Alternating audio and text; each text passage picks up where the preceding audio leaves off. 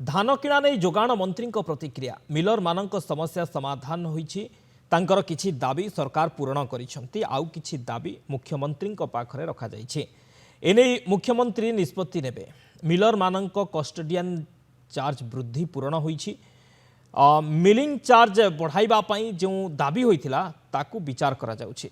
संबलपुर बरगढ़ कलाहांडी सुवर्णपुर बलांगीर एवं नुआपड़ा रे धान किणा चली।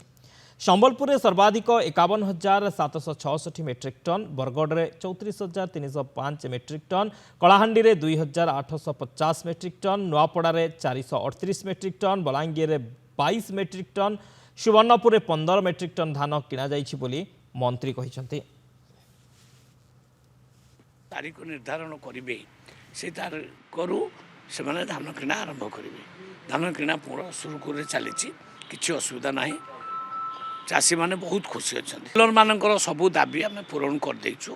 आउ गोटे दीटा जो दाबी अच्छी सेटा मुख्यमंत्री विचाराधीन अच्छी भी आने भी जानते आम पूरा सहयोग करचु कारण तांको बिना तो प्रोक्योरमेंट काम हो पार ना सी भी आमर पार्ट ऑफ द प्रोसेस आमर गवर्नमेंट सहित सहयोग रही तेणु आम नहीं चलुचु कौन से बात विवाद माने माने कस्टोडी चार्ज कस्टोडियन जो गोदाम रे धान गुड़ाए दिन रोचे ताऊपर चार्ज से मागुले आम तार चार्ज ओके कर देचु। तापरे से माने तांकर मिलिंग चार्ज बढ़ाई कहते विचार चली जहाँ जहाँ डिमांड अच्छी से गुड़ा सब पॉजिटिवली विचार आम कर।